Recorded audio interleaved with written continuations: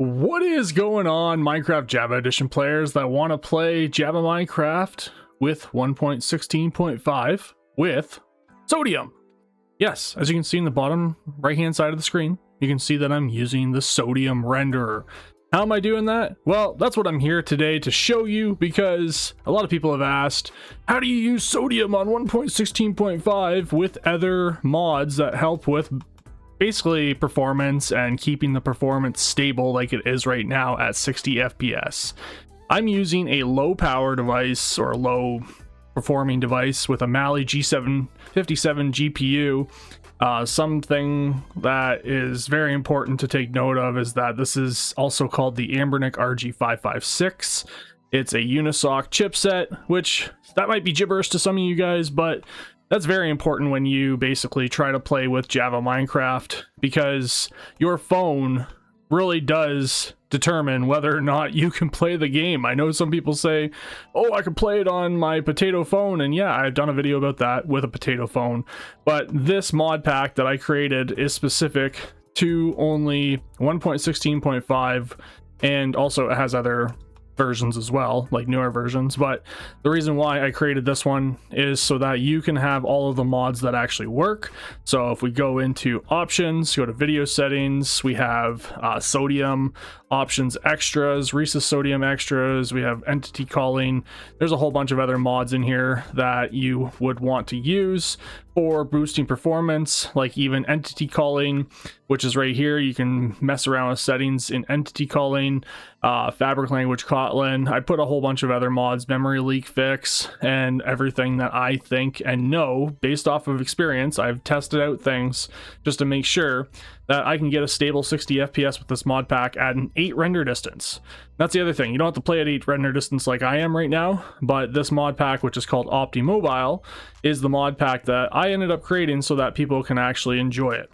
You can tinker with settings. You can change settings in here if you want to. If you want to change your max shadow distance to all the way down to nothing, you can do that. If you want to see how much FPS you can actually get out of this mod pack with 8 render distance, you can do that as well. As you can see here, I'm getting like 90 FPS, but I like to lock my FPS because I find that locking your FPS is very helpful to getting more performance. But you can check out my playlist to understand how to get more FPS even without using mods and basically enjoy playing the game, because Java Minecraft is a lot of fun, and it's actually a lot of fun if you can basically get mods working and stuff like that.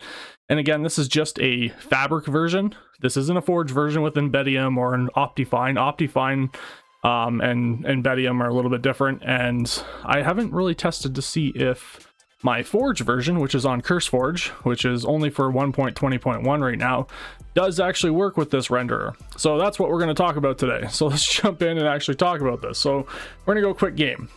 Now I'm going to open up ZalithLauncher here, and yes, we are using ZalithLauncher only. This doesn't work with Amethyst because Amethyst doesn't have the option to change renderers.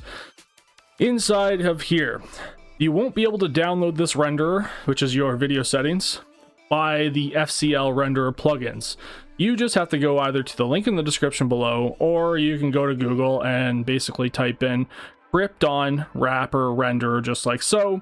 And then you're going to type on this website right here, which is GitHub, go to releases, and you're going to go down to where it says FCL renderer plugin release page, which is right here. And you're going to download this APK file. Now I already have it downloaded and installed. I'm just going to download and update it. Go to open, and you're going to be presented with a Chinese, basically, bunch of stuff here. Okay. Now, you're not going to understand what this means. I don't think this toggle switch works, or I don't think it's supposed to work. I'm not sure what this is supposed to be for. Somebody presented me this wrapper render in the Discord. And then if you go into ZalithLauncher, you're going to download my mod pack. So how do you do that? Well, you should watch my videos about how to download mod packs. And then you're going to go to settings. You're going to go to version settings, and you're going to go to render settings, and you're going to change it to the Krypton wrapper. And the reason why I'm using this low spec device for this is just because I want to prove that, yes, it does work on a lower device as well, and it does work for newer devices. I tested on my newer Samsung devices, and they work just the same. Now, again, all up to you what you do with this after the fact. I'm going to let you know with the Krypton wrapper, I cannot get a single shader to work, okay? Krypton wrapper, maybe they're going to work on that. I'm not too sure, honestly, if they're going to work on that or what the case may be with that. But the Krypton wrapper, again, I just can't get any shaders to work. I do have shaders in this pack because this pack is also for PC as well. And I just wanted everybody to know, hey, before you say what, the shaders aren't working. Well, that's because they don't. Because I know you can go in here and look at the shaders. Let's do, I see even miniature shaders turned on by default by mistake. That shouldn't have been turned on. But anyways, we'll try Makeup Ultra Fast Light. Let's see if that actually works. It works on the PC, but I don't think it's going to work with this Krypton wrapper. Zinc renderer does work, okay? If you want to use the zinc render instead of the Krypton wrapper renderer, then go ahead. But I found that the Krypton wrapper render is more compatible with most devices, including devices with GPUs that don't support using the actual shaders or anything like that as well. So hopefully you enjoy using this. Hopefully this is helpful. Again, go check out OptiMobile. OptiMobile has been proven to give at least 200 plus FPS more.